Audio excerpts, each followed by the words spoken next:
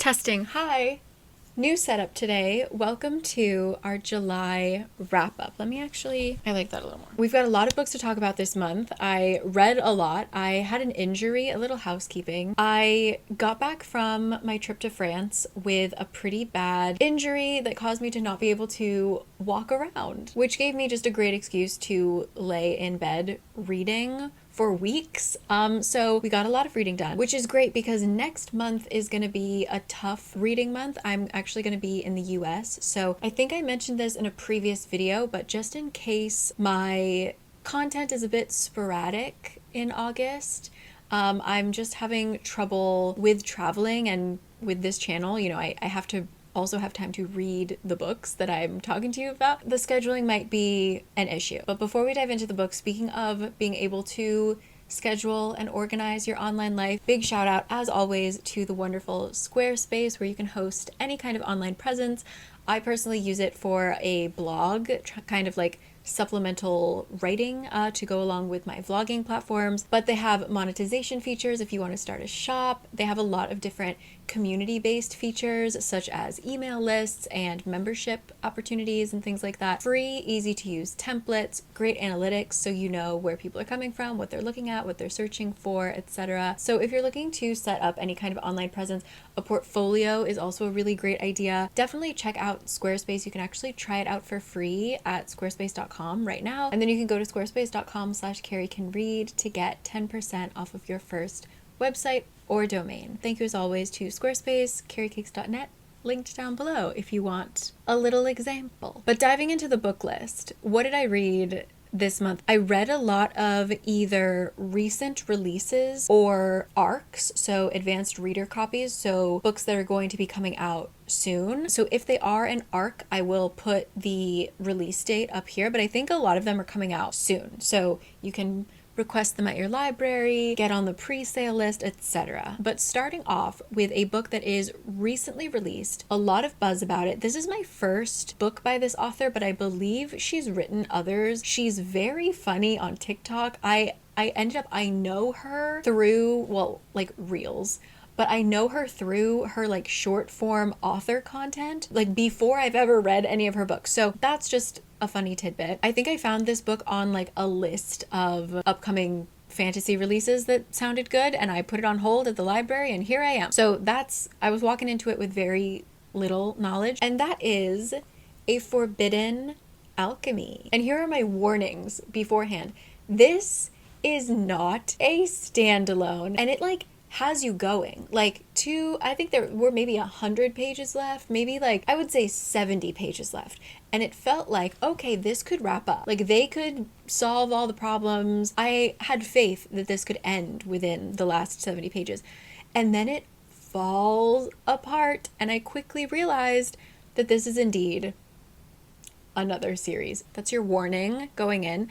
And I also believe I will like this book if and when I reread it, because I think that the pacing of it was a little strange. I understand why she did it, but for a first-time reading experience, it was a little strange. So this book takes place in a world where some people have magic, some people don't, and it's kind of created almost like a caste system where anybody who doesn't have magic are typically working pretty hard labor jobs. There's a lot of, in this book in particular, a lot of people are working in mines. Imagine a lot of old kind of coal miner towns. That's sort of the vibe of the people who do not have magic.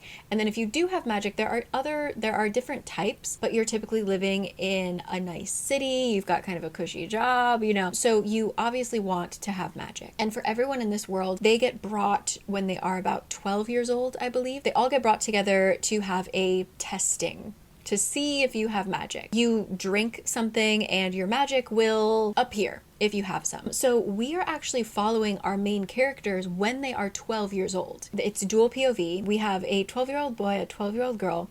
They're both from coal miner families. Our main boy hates magic people. He is very proud of his lifestyle, his family. He's I'm gonna go because they asked me to go, and then I'm gonna dip. I'm going right back to my hometown. Meanwhile, our girl is I'm never going back to my hometown.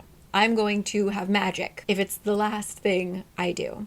So it's actually a pretty big chunk of the book of them kind of discovering something very sinister about the magic and this kind of ritual that all the 12-year-olds go through. And that sets them on two completely different paths for the next, I'm going to say, 12 years. I think it's 12 years that we kind of get this montage. It involves going to magic school. There are a couple other characters that are introduced. We get a light amount of world building, like explaining how the kind of magic, especially like the government, kind of works. And so it was kind of weird that you would turn the page and 4 years would pass and you'd read a chapter, and then you'd turn the page and it's like, okay, now 7 years have passed. Like, we breezed through from ages 12 to, again, I think 25 in maybe 30 to 40 pages. Like, it went by so fast, and you were sort of like, wait. I feel like there's a lot that we could have unpacked. And because of that, once the story really starts, like, we get this incident when they're 12, breeze through, and then an incident when we're 25, let's say. I'm probably wrong about that, but 25. Because that jump is so quick, I felt like our character was kind of still 12. So when she starts, I don't know, talking about certain things, especially when there's romance involved and eventually we get into like more steamy scenes, there's a part of my brain that was like, you were 12 a couple pages ago. This is really strange for how fast they all grew up. So that kind of took some getting used to, of like constantly reminding myself that these characters are in their 20s. So I think it was just that jarring aspect of the mass amount of time jumps, like multiple little time skips that we got, that made the reading experience not as fun. But I know if I reread it, I actually loved the characters and the setting.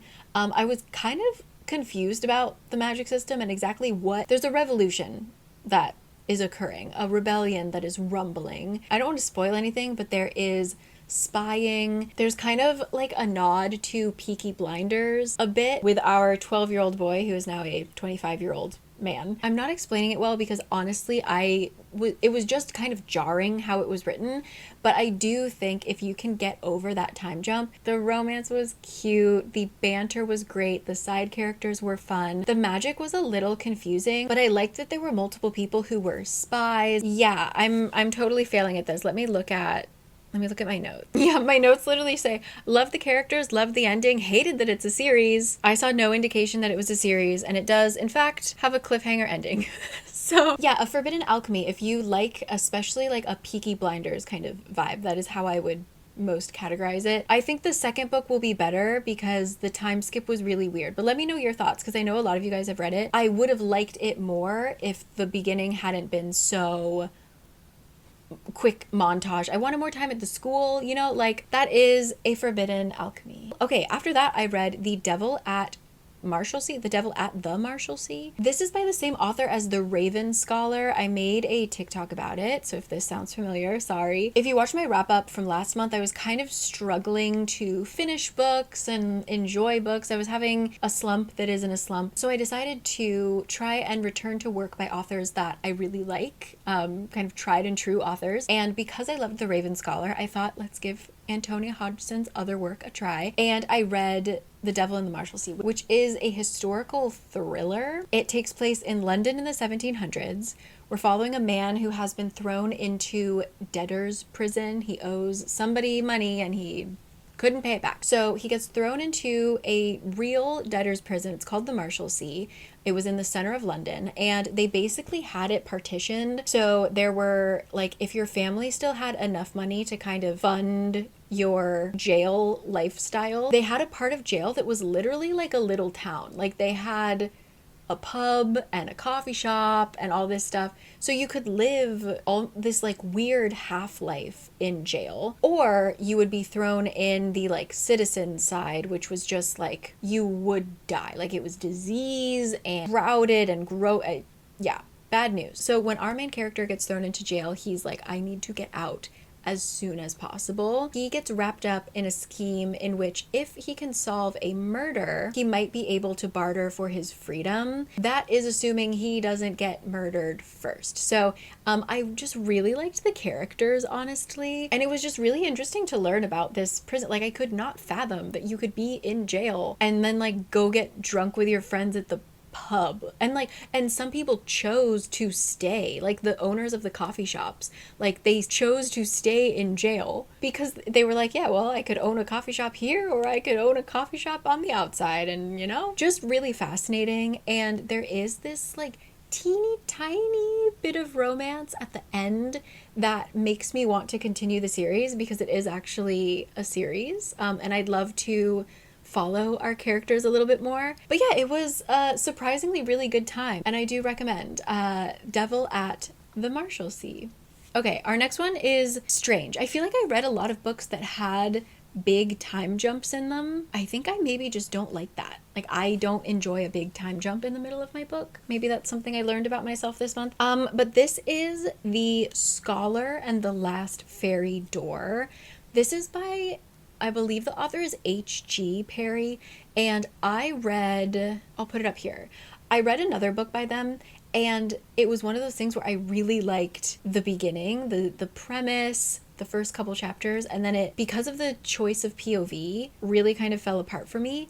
And this one, I liked this one more, but it was another one where the beginning is so delicious. It's so good. And then we again get this weird time jump, and the ending just tonally was very, very different. So I don't know what that's about. But The Scholar and the Last Fairy Door takes place in England in, I believe it's the 1920s. It's after World War I, I believe. And it's a world with magic, but the magic is hidden. A lot of people don't know about it, but there is magic. And how it comes into our main character's life is her brother went off to fight in the war, and during one battle, somebody opened a fairy door, and fairies came out and attacked the soldiers. So a lot of soldiers either died from that, or in the case of our main character's older brother, comes back with a fairy curse. He's one of three who survived this fairy attack. And after the attack,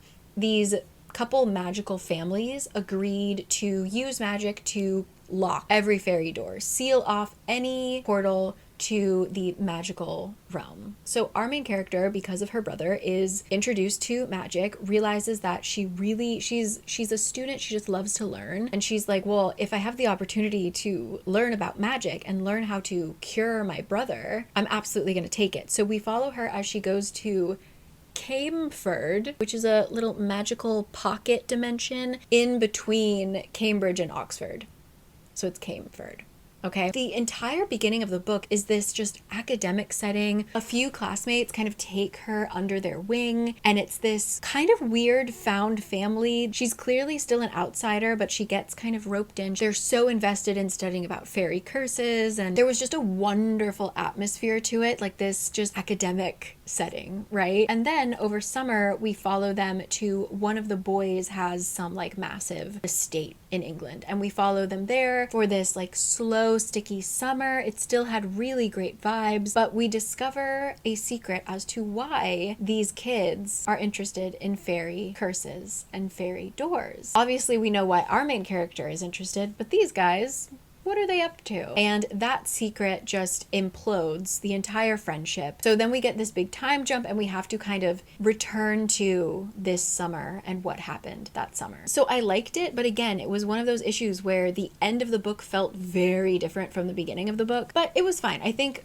the academic setting and that like slow, sticky English rich kid summer was so good. It was just kind of the last third of the book that the pacing got turned up, the drama, the stakes, everything. So yeah, I would still recommend. I think it was really good for like a late summer, early autumn read. You know me, I love doors and portals to other realms. So yeah, The Scholar and the Last Fairy Door. Okay, I'm scared to talk about this next book because it's a booktube, book talk darling. I have an unpopular opinion. That is, oh my god, I'm so sorry, Madonna in a Fur Coat. I know. I really was confused by this book. I really liked the beginning, but honestly, once we met Madonna in a fur coat, I felt like it kind of went downhill. Like I didn't understand their relationship.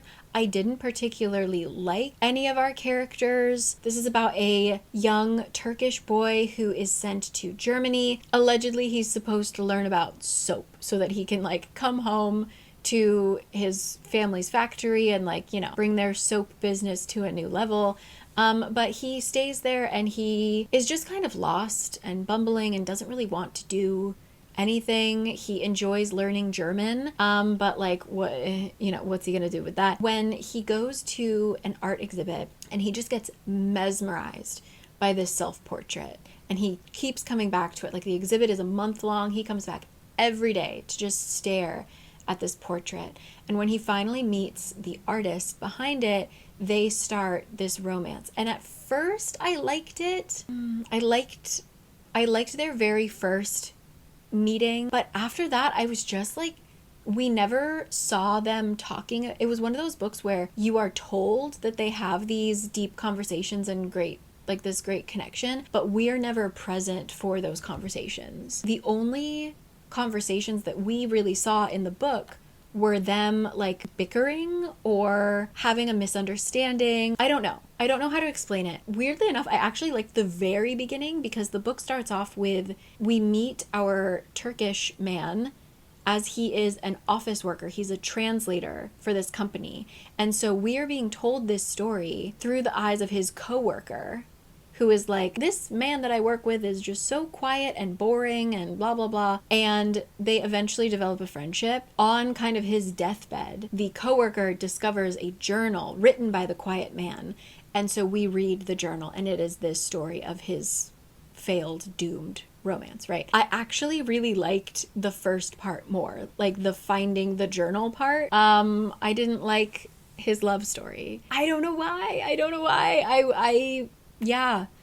Let me know your thoughts, because I know I posted about it on Instagram, and of course I got so many messages of people being like, I can't wait, like this is my favorite book, I love it. I'm glad for you. I also appreciate there were a couple people in my DMs who said they didn't really like it, so I was like, okay, I'm not fully broken. But yeah, I was just really, really shocked that I didn't click with it at all. Let me know what you think about that. That was Madonna in a fur coat. But never fear, there were books that I liked this month over there, just off screen. Ooh, it's just off screen. I do have the physical of this. I read Sunburn. What do my notes say? My notes just say that I actually really enjoyed this. The writing often felt like you were reading a diary. Yes, so Sunburn is about a girl growing up in a very small town in Ireland in the 90s.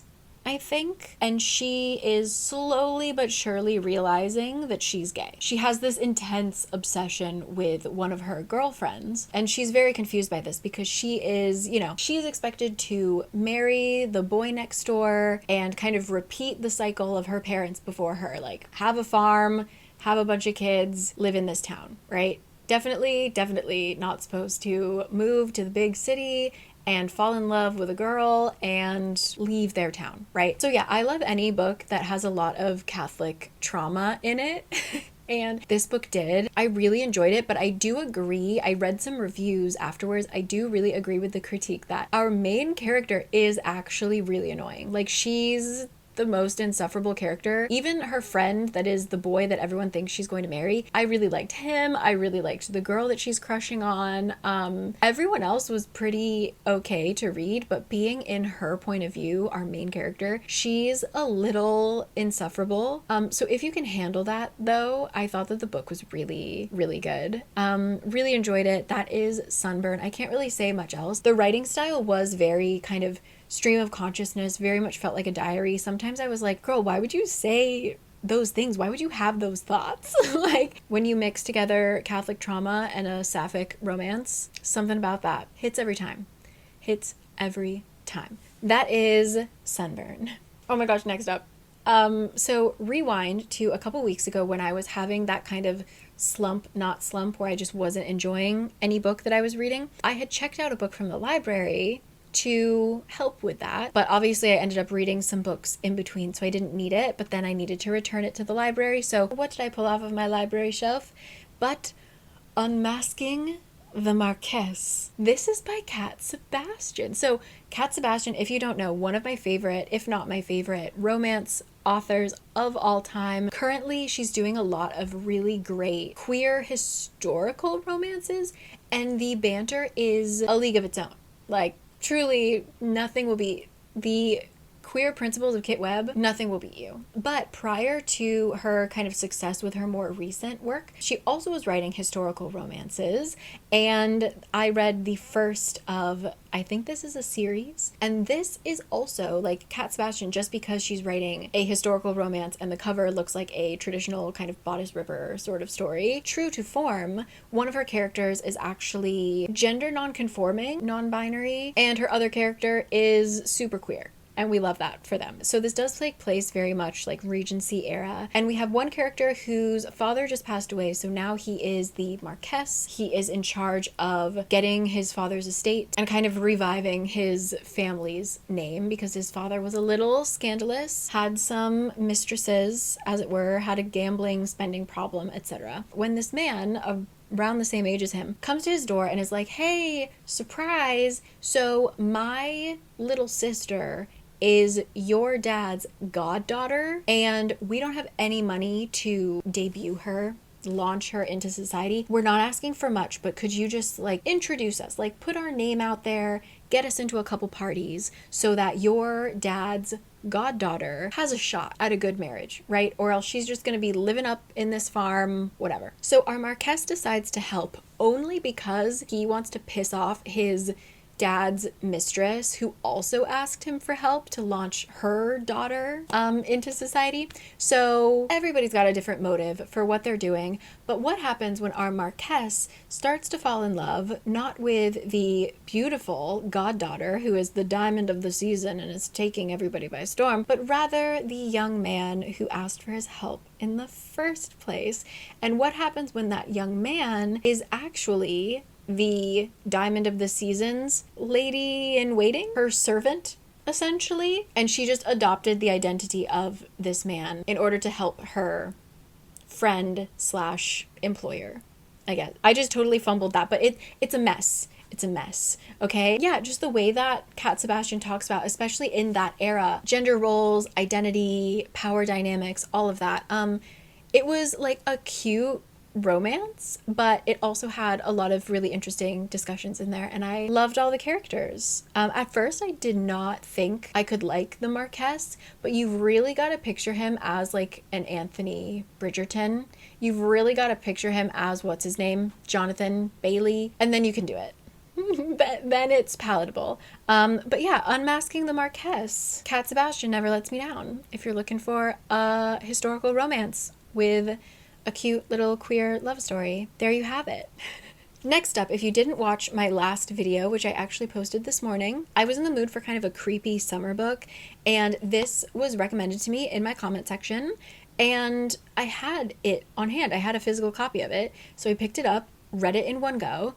And that is Bittersweet in the Hollow. This, I will say, the atmosphere is a lot stronger than the plot. So if you're okay with that, the plot's fine, I think, but could have hit a lot harder. This takes place in Appalachia, this teeny tiny town, and we have a family of women who are a little bit outcast because they're a little bit strange. They have powers. Each has like a different power. One sister can tell if somebody's lying. One sister can kind of see the future. One can commune with the dead, etc. And this town clearly has its fair share of secrets. About 20 years ago, a 4-year-old boy went missing in the woods and has never been seen since. And that has sparked this kind of local legend of the Mothman. They have like a summer festival devoted to it. The teenagers always like go out in the woods and taunt him. Like if you say Mothman 3 times, he'll appear and take you, whatever. But what if something supernatural actually is going on in this town?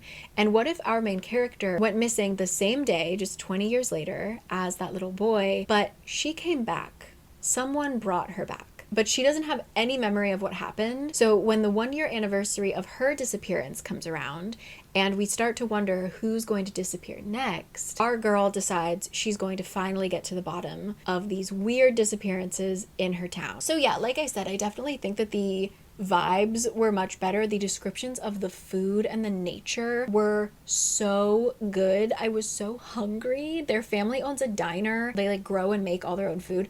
So I was just constantly craving. They had a lot of berries. I like, very unfair that berries aren't easy to come by where I live. So yeah, there were just like a lot of pies and baking, and I thought that the magic was interesting. I liked all the characters. I do think how it all wrapped up was quite interesting. It just wasn't quite as emotionally hard-hitting as I hoped it would have been, but I'm very excited to read the sequel. I'm actually saving it for autumn because I thought she got the summer vibes so spot on that I trust her to get the autumn vibes as well. So I'm just gonna hold on to it until October, September. But yeah, Bittersweet in the Hollow. I believe that was a debut as well. I recommend, especially as summer comes to a close, if you want to hold on to those summer vibes a little bit longer. Definitely creepy, a lot of like late sticky summer nights, a lot of running through the woods, picking boysenberries, sweating, working at a diner, that kind of thing. Bittersweet in the Hollow.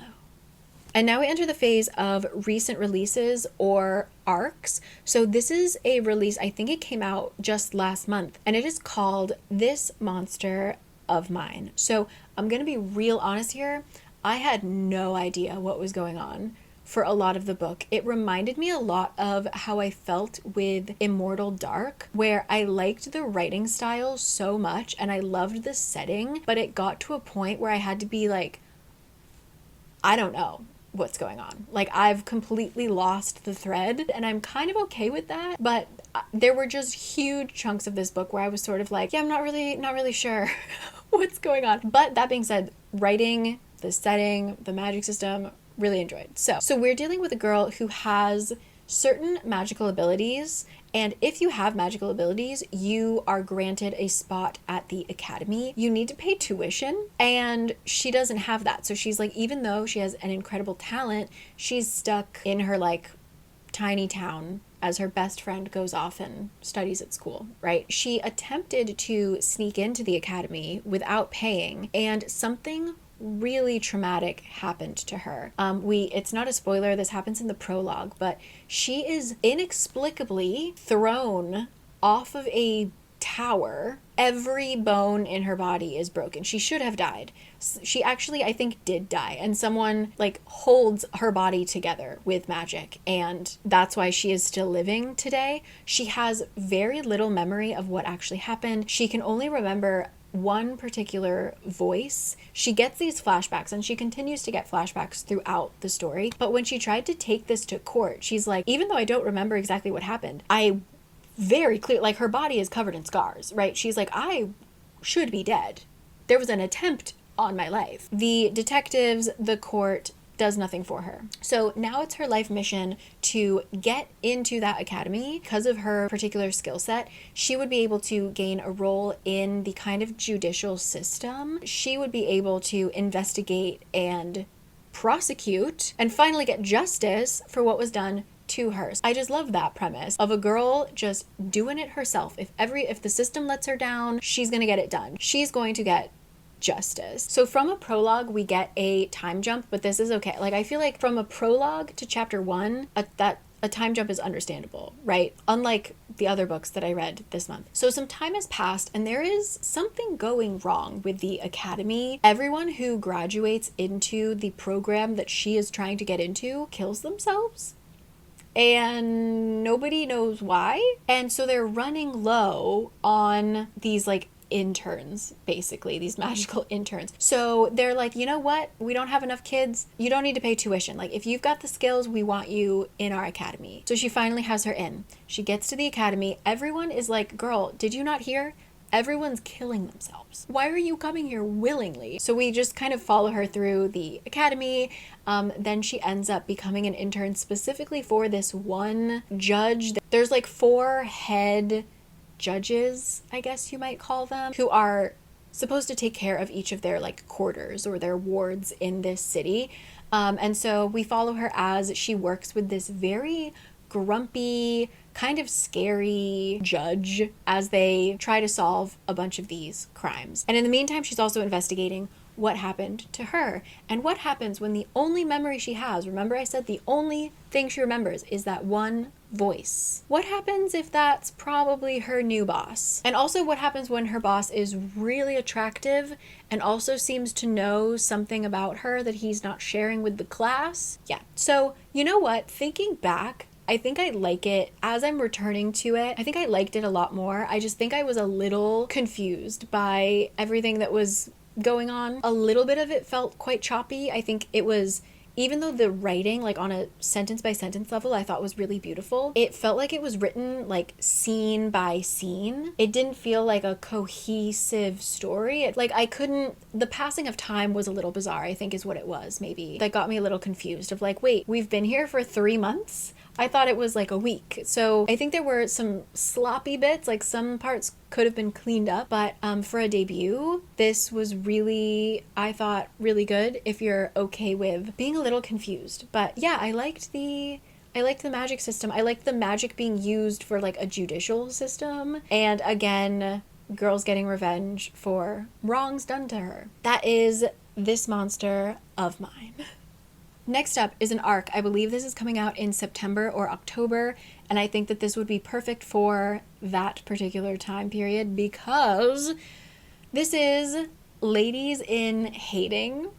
It is is this in the Regency era? We're dealing with these two women who are authors that write under a pen name because they write not only kind of gothic, creepy books, but there's also some smut. They write a little bit of romance, and we don't want to put any shame on the family's names, right? And they're both like top of their game in their shared genre. They write similar stories. But what happens when their stories start to get a little too similar? And one character accuses the other of plagiarism. And again, they're using aliases. What happens when they actually realize that they have a shared history?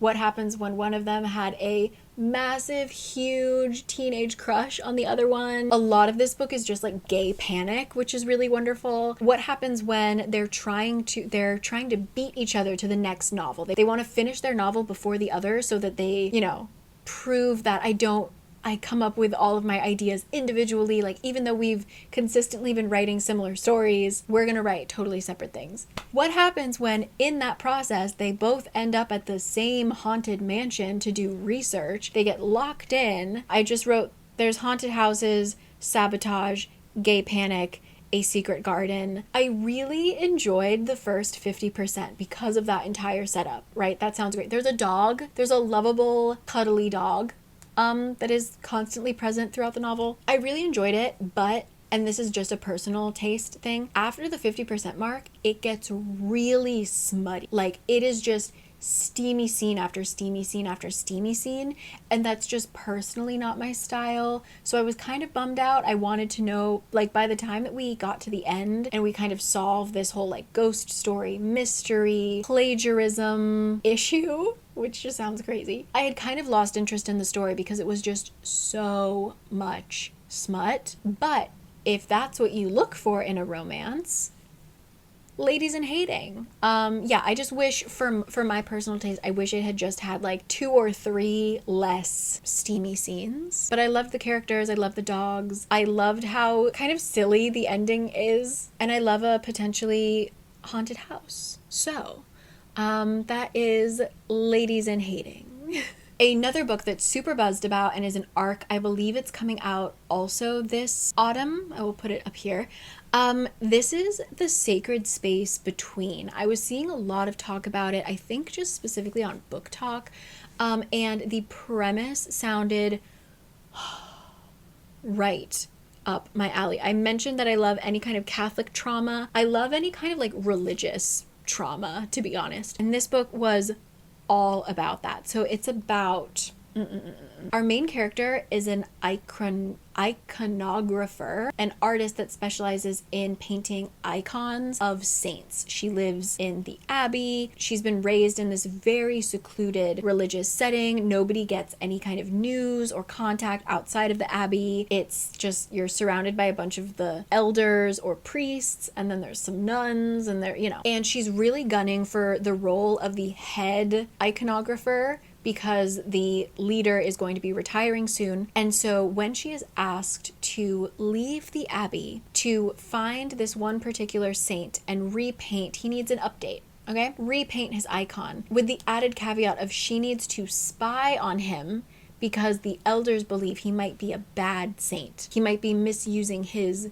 saintly magic. She agrees. She's gonna do anything that the abbey tells her to do because she wants that job so badly. She wants to get the promotion.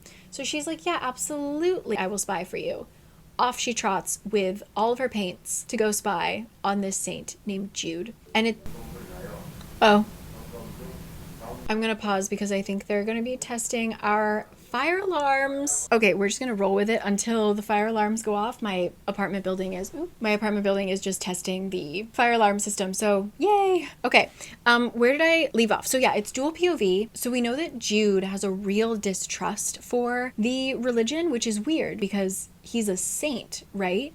And we kind of learn about what a saint is, how they are ordained, how they are treated, etc. I feel like this is a case of partially, I think this book needed 1 or 2 more rounds of editing. In my notes, I said, I think a lot of people will like it, but the writing was really choppy. It might have been an issue that this was an arc, so it still needed blah, blah, blah, blah, blah. There were basic spelling and formatting issues. Oh yeah, my arc also was kind of formatted strangely, so I would get like weird paragraph jumps.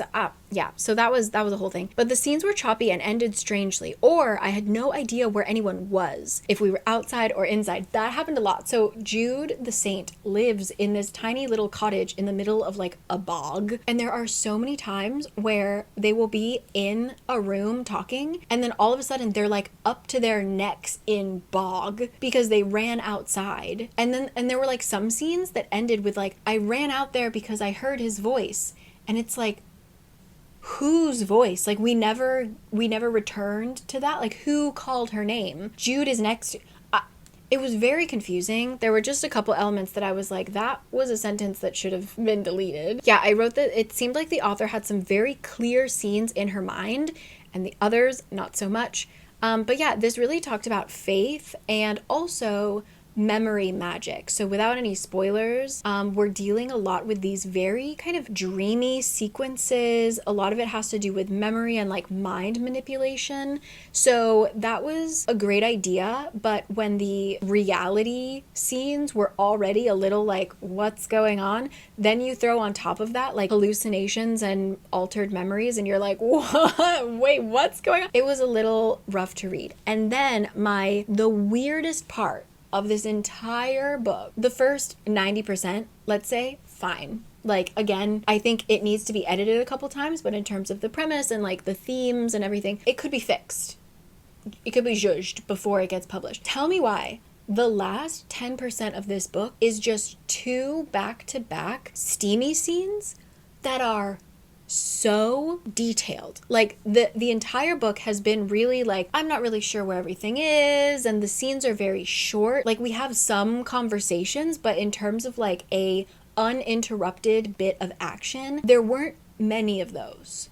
But these 2 scenes at the end, the last 10%, again, just back-to-back scenes, are so long and detailed of them having sex. And it was just so, like, such whiplash from, like, if the rest of the book was written in that style, then okay, I would have been like, oh, okay, let's end with some steam. That's, whatever. It felt like this was a completely different author. It was really, really strange, and I don't know why it happened. It didn't really add anything to the plot. And yeah, they just, like, every action was detailed. And I was just like, why? Where was this energy for like the action scene where somebody almost dies in the like quicksand of the bog? Like where was this energy? So anyway, it was overall really strange, and I think that it again, needed more editing. There was a lot of potential in the first 90%, but the way that it ended, I was already like, I was prepared to give it like a fine review of just like, yeah, like edit it a couple times, like it's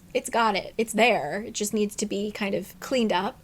But that last 10%, I was just like taken aback, let's just say. So that's the sacred space between. If you've read it, because I've only seen rave reviews from people reading the arc.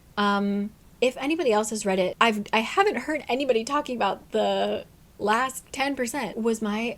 Did I just get a funny arc? Because again, I had spelling mistakes and like formatting issues. Was that from a different book? I don't know. But the sacred space between. After that, a new release that I am so pleased to say that I actually really loved, though I don't think everyone else will agree with me. I had such a great time, and that is The Listeners. This is Maggie's first adult book. When I read the premise, I was a little confused and concerned. I really liked this. This was like a dark, the Grand Budapest Hotel. Like, okay, no, I can't start the review like that. Okay, this is about Nazis. So The Listeners takes place at a luxury hotel in West Virginia. This is in the 1940s, right after Pearl Harbor. And that's important because at this time, America hadn't entered World War II. So life was, the war was across the oceans, right? We didn't have any rations, we didn't have a draft, etc. So life was going on as normally as it possibly could in America at that time. When Pearl Harbor happens, obviously America enters the war.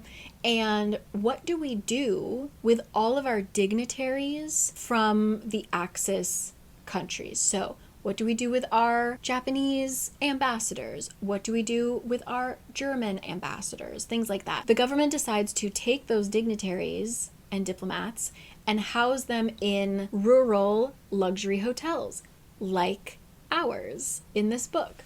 Because of course then hopefully Germany or Japan, etc., would also treat the American diplomats that are in Japan or Germany with kindness. So we follow mainly our main character, who is the general manager of this hotel. She is great. I absolutely loved her as a character, and she is dealing with how do you be hospitable to people who are potentially Nazis, right? How are you hospitable when this war is taking away most of your staff? And these staff who work at this hotel, their family, half of her staff, all of these young men are getting drafted and sent off to war. Her separation of personal life and professional life, it's very difficult for her. And then of course she also has to welcome like the National Guard. Like there's a bunch of cops and military people in the hotel to watch over these diplomats, right? So she has to somehow please all of these people with a dwindling staff, with upcoming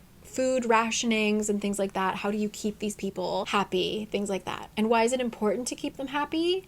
Because there's an added bit of magical realism to this, where the water around the hotel, it's called sweet water, and it has some kind of element to it that it responds to the emotions of the people around it. So if people are unhappy and angry in her hotel, it's only going to fuel this angry atmosphere and it's going to just run away from them, let's say. I actually really liked it. The reason I point to the Grand Budapest Hotel is the writing style almost felt, I think a couple people commented, I made a reel about it, a couple people commented that it felt Wes Anderson-esque. Like it was so, everything she did was like so to the point, and you got all these details that shouldn't have mattered. Like, why do you need to tell me how many extra pillows you ordered in case the rationing got rid of the cotton that you needed? But then as you're reading it, you're like, no, wait, that set the scene so well. Like I actually needed to know that you ordered 300 pillows. Like that, I was kind of going into it unsure of what to expect, and I actually loved this writing style. It felt a little bit kind of with Olivia Blake, how sometimes I feel like she uses maybe too many words. It almost felt like that. Like we were teetering towards like, okay, too many descriptions, too many like tiny little tangents to explain more about the character, things like that. But I thought it was spot on. I thought it was really, really good. And I loved our main character, and our main character has 3 dachshunds that follow her everywhere she goes. So just know that our main character, no matter where she is, has these three very well-trained dachshunds just running after her the whole time. Pleasantly surprised. I thought the ending was a little sloppy. Like, the ending was, yeah, it was fine. But just, I wanted to read more about the hotel and how she runs it. And yeah, I really liked it. Pleasantly surprised with the listeners. Okay, we're almost done. Very quickly, I ended up reading A Beautiful Maddening. This is by Shay Earnshaw, who I liked her earlier works, but famously I read A Wilderness of Stars and I was like, what is actually going on with this book? I made a whole rant about it because it was a book that made no sense. And so I went into A Beautiful Maddening just like crossing my fingers that this at least made logical sense. Kind of. This is a fantasy. This is a young adult fantasy that really felt like it was written by a 13-year-old. Like, there are details in here that I'm like, oh, this is a teenage girl's fantasy, which is a positive and negative thing. We're following two teenagers. They're 17. They're living alone because their mom left them and their dad also eventually abandoned them. And they are members of the good family who are known throughout the town as like witches or just people that you should avoid, because every spring when the tulips grow in the back of their yard overlooking the creek, these tulips are cursed, and something about them makes the good family irresistible to the town. So every spring, like whenever tulips grow, I don't even remember our main character's name, but even if you hate her, she is enemy number one. Once those tulips bloom, baby, you are head over heels in love. So it's a curse because the good family can like never trust anyone actually loves them. I don't know how to describe it. Yeah, you see what I mean? Where it's like a kind of like a 13-year-old came up with this. And also it keeps talking about how school is ending. Like there's like 4 more days of school and then the tulips bloom. And I'm like, what? And this is supposed to take place, I believe, in the Pacific Northwest. So I'm like, what school gets out in April? And I don't know. So anyway, what happens though when the tulips bloom and everyone falls in love with our main characters, except for one boy who seems immune.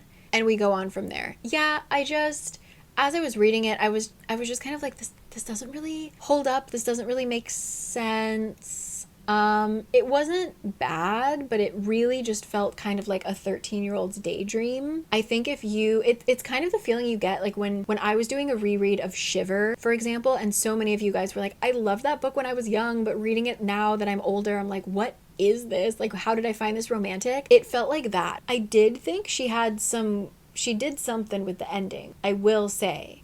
The epilogue, I was like, okay, Shay, I see you. But then it almost made me feel like she had the idea for the magic system and then just kind of wrote the story around it. So that's why the plot didn't feel as strong, because I think she had the ending in mind, if that makes sense, if you've read it. Let me know what you think. A Beautiful Maddening, I wouldn't run to go get it, but there it is. And then I read another weird romance book that I think just came out, and this is okay, this one's gonna sit in my brain for a while.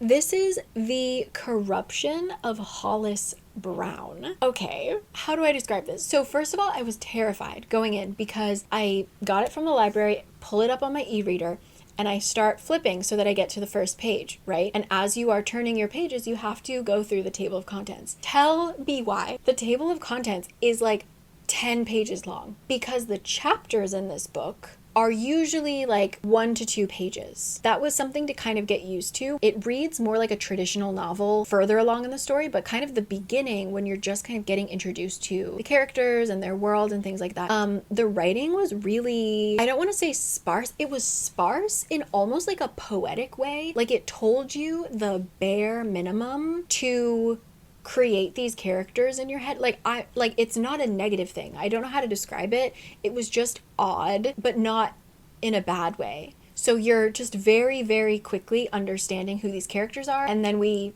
start our story. So what is the story?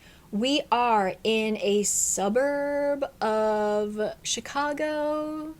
Did I make that up? I think it's Chicago. It's a really poor town. Some people say it's cursed. We're following Hollis and his two friends as they are just trying to get through their senior year of high school. Hollis has a really bad anger management problem. He constantly provokes kids and gets beat up all the time, and he's not necessarily good at anything. He's not really good at sports. He's not really good at school. So he has just kind of accepted that he's going to be staying in this town, repeating the cycle of his dad, who works in construction and has to like kind of travel to get jobs, things like that, like very hard work. And he's just kind of accepted that that's his fate. Right? What happens when, for their kind of senior party, all the students decide to go hang out in this one cursed neighborhood? It's this old housing plan that something happened there, and no matter how many times people try to redevelop it or do anything with it, plans fall through, people get hurt. It's truly just like a haunted little town. What happens when our main character goes there and he maybe brings a spirit back with him? And I don't want to spoil it, but the way that this love story goes down, I had so many questions. But you know what? I liked it. I thought that it got a little long. I think that this was almost 400 pages. I could have shaved off about 100 pages of it, but I did think it was very interesting. It felt almost a little nostalgic of when like I was in middle school and high school, and people were, especially with like paranormal romances, people were trying any kind of weird shit and trying to make it romantic. Like we had the werewolves, we had vampires, and now with a spirit, let's say, it felt, I was like, oh yeah, 2005 Cari would have eaten this up. So yeah, it's a very different book, but if you're just looking for a new kind of coming of age romance that has a paranormal tinge to it, yeah, from the way that it started, in no way did I expect to end up where we ended up. So yeah, it wasn't bad. There's randomly recipes thrown into the book. Like there were just some things that I was like, okay, we could have taken this out, you know? I still had fun. And I'm gonna think about that book for a while. And that is The Corruption of Hollis Brown. Okay, I cannot confirm, but I'm just going to give you a shout out anyway. I know that this recommendation came from the Greek choir, Bailey, who I've mentioned before, who gives incredible recommendations, especially in the fantasy and sci-fi genres. And also, I believe it was Allie Reeds, who is Allison... What? I've literally never read her handle before. Her handle on TikTok is Allison's A+ Reads. You go, girl. Both of them, I believe, sorry, Allie, if I'm roping you into this, both of them read a book that came out in 2013 called The Lotus Palace. And so I just went to my library. It was available, so I was intrigued. This was so good. Once again, Bailey, thank you so much. The Lotus Palace is a mystery that takes place in the pleasure district of this one city in, I think, the year 897. So our main character is the servant to one of the main kind of courtesans, I guess, in the pleasure district, right? Like it's all of these, they have brothels, but then they have like the more established, just like entertainment. This takes place in China, so the word I'm looking for isn't geisha, but geishi? I can't pronounce that. Anyway, yeah, like a courtesan, I guess is the right word. So anyway, our main character is the servant of one of the highest, like one of the 4 beauties of the pleasure district in this city. And what happens when she gets roped into a murder investigation, when one of the 4 beauties is found murdered? She's in a really interesting position because she's not a courtesan, so she doesn't really have any ties to any of the men that come to these pleasure districts, so she's not really at risk of severing any relationships with important people if she talks to the police, and she knows everything that goes on in the pleasure district, right? So she's roped in not only from the investigator's side, but also from this kind of playboy character. He's like a failed scholar, rich guy, constantly at the pleasure houses. He just like drinks and gambles and is generally an attractive fool. for some reason, he also really wants to solve the murder. I guess he was kind of friends with this particular courtesan. And so together they embark on their own like independent investigation. I just really enjoyed reading it. The way that the world is described, like just the setting. I did enjoy the characters and the slow burn romance. It was complicated and complex, but it was still really easy to understand. I really liked it, and this is part of a series, so I might continue it. But yeah, I think that the romance was cute. I was so pleasantly surprised because I had never heard of this before, and what a great way to end my month, honestly. So that is the Lotus Palace. Definitely recommend. Yeah. Thank you. I'll link them down below. But anyway, that is what I read. I'm gonna let you in on a little secret here.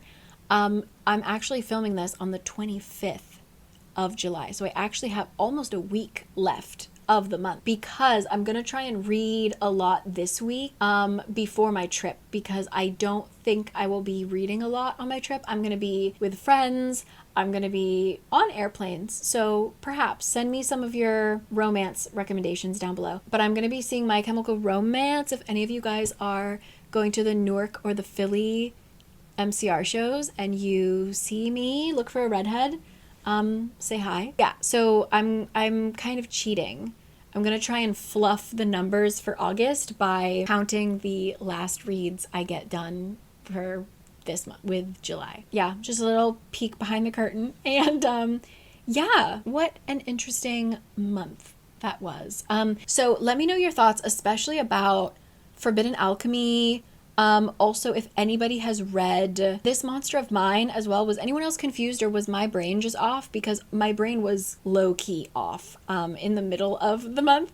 And then, did anyone read The Sacred Space Between yet? And were you thrown off?